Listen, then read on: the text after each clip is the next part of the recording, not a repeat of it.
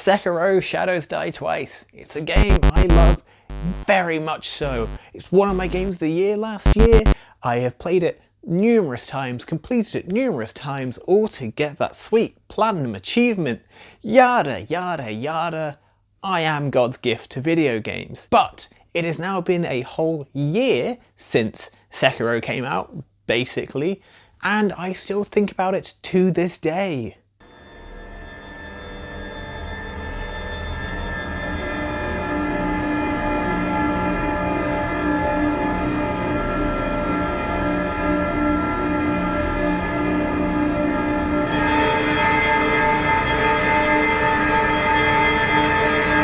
But what I want to talk about today is how does Genichiro provide the sense of progression in Sekiro Shadows Die Twice? So, for those of you who may not be in the know, Sekiro Shadows Die Twice is the latest game from Software and Miyazaki, who are like the minds, or singular mind, that birthed the Dark Souls and Bloodborne series. So Sekiro is going to be hard. But in all of those other games, they have a progression system that is tried and tested. You fight monsters, you get souls, you level up yourself, your stats, your armor, your weapons, what have you. Boom, you're stronger, you're tougher. You can fight bigger enemies, and you're no longer as scared of those giant pigs that have thousands of eyes.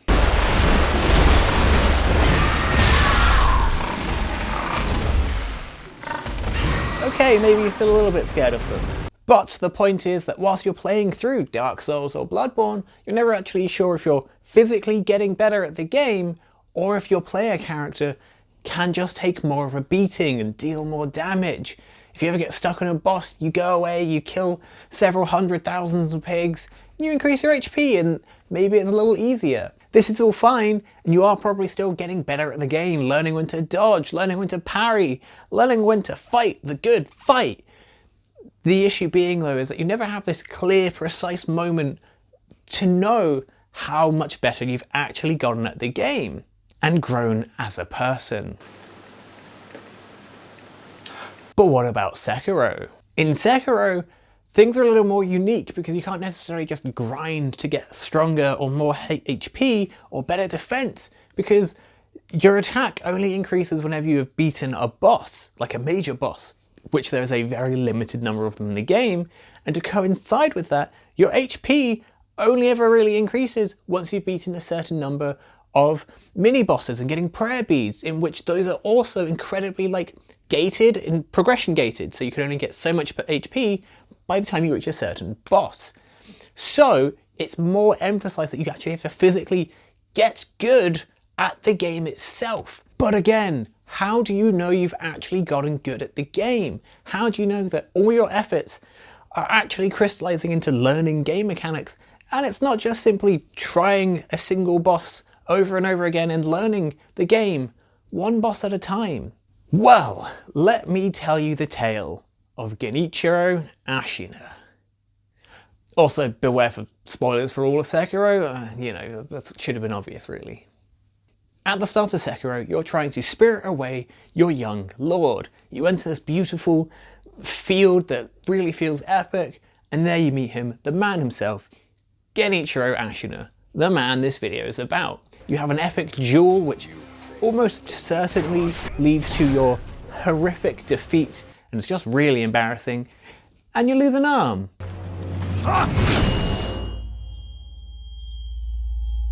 Ouch. You look at this man and think, there's no way I could ever defeat someone so handsome, so skilled in the way of the blade.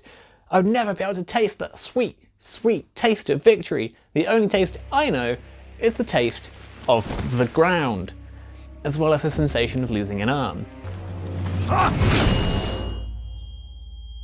But fret not, because you're immortal, therefore you can never actually die. Your quest to save your young lord begins, and after sieging Ashina Castle and fighting against none other than... My name is Kyobu Masataka Oniwa! Yeah, you face off against him once more, Genichiro Ashina. Face me. Alright, calm down. Now then, you have an actual fighting chance against this indomitable force. Not only because he's using the exact same moves as last time, but because you yourself, you've learned how the game works a little bit better. You've got more sips of your delicious gourd. You can make your way through this if you just keep on giving it a good go. Plus, you've got that power of resurrection. That's probably really useful because again, you are immortal. And he's just a man, a handsome, handsome man.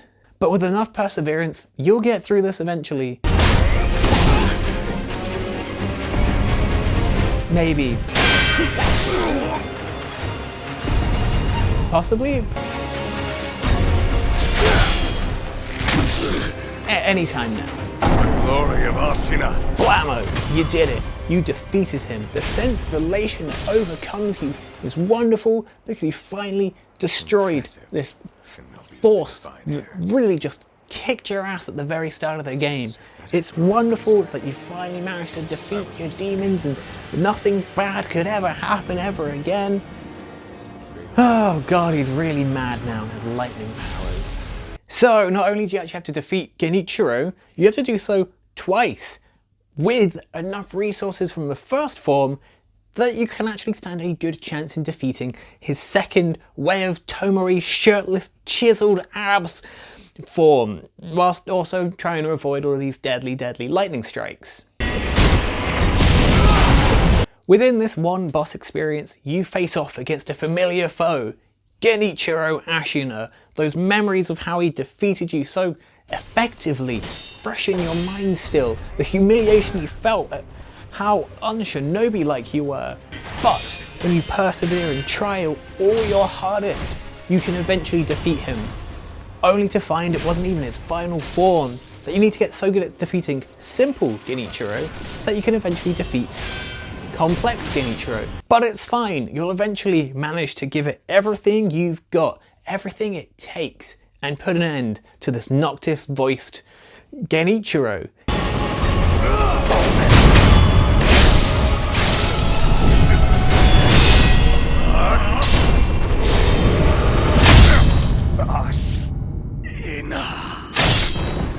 And so ends the tale with Genichiro the Wise. Oh wait, he's also immortal as well. Great. I'm sure we'll probably have to fight him again at some point in the future in a way that's really fulfilling and also further proves my point. My point here is that when you face Genichiro again, you yourself have gotten better at the game. It's clear because you're standing a better chance. The first time you faced him, you died almost immediately. The second time you face him, you understand how to block. So just as you finally, begin to get the upper hand, understand how the game works, he pulls the rug out from underneath you, meaning you've got a whole new level of things to learn, a whole new mountain to climb and scale and just get a real hold on it so you can eventually mount. What am I talking about? The story progresses and you continue to help the young lord enact his harebrained scheme, fighting a variety of big boss monsters such as a big ape, ghosts, 4 really annoying monkeys, your father, who you already thought was dead anyway, I mean that was pretty weird, wasn't it? And eventually punching a god in the face.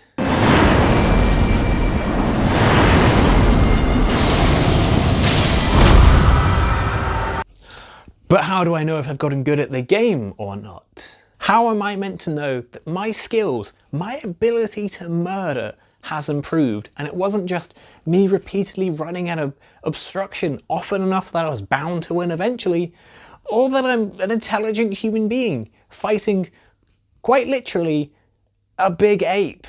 You enter the field where this entire game started and there you see him, Genichiro Ashina. One final fight against one final bad boy. You lock eyes with him, and finally, your epic duel begins. And it's incredibly easy.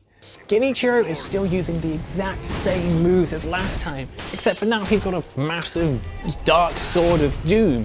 But the moves are still the same. You, on the other hand, have learned how to fight. Everything you've been through up until this moment, every enemy you fought, except those monkeys. Everything was all for this moment, crystallizing into fighting this one man, and has trained you to become the ultimate shinobi that you always thought you could be. All of this is down to your mastery of the game mechanics. It's not because you're just inherently stronger, because you've got, high stats on high HP. It is that you have mastered the game, and therefore he's just a real big cakewalk, and you get this reminder every single time you fight him in this moment. Because afterwards you do have to fight Ashina, and yeah, he's a bit of a slug and you're probably going to die a few times. However, actual Genichiro is really easy, and there's not a single moment where you'll be fighting this version of him time and time again where it feels hard. The poetic ending of the game finishing where it started in this beautiful long grass field is made all the sweeter by how fighting Genichiro again, and just how easy it's gotten. That crystallization of your journey. When you first fought him, you didn't even really know what a sword was, and you got your ass kicked and lost an arm for it. Then when you first fight him as a lightning monster, he got some new abilities, you'd also gotten some new abilities, but it was a weird and tough fight. But now you face his shirtless torso once more, and your hands just move across the controller with all the grace of a swan, but with a sword. Sure, you face some of the other bosses twice, the big ape, the corrupted monk, your dad, but it's not quite the same because they weren't there from the very beginning all the way there to the very end as reminders of your weaknesses and eventually your strengths. Most games force you to play a second playthrough in order for you to get that realization of how good you are at the game, and you face all the starting enemies again and you're like, oh, turns out I do know how to play. But when Sekiro, it's built into the game itself. So you actually know at the end of the game, one playthrough, but hey, you know how to kill people.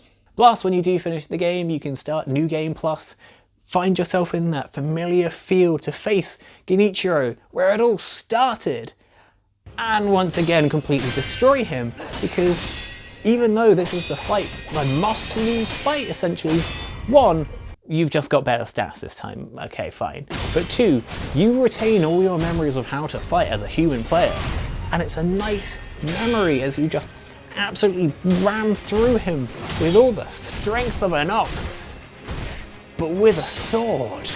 Although you do still lose an arm either way. Sorry about that.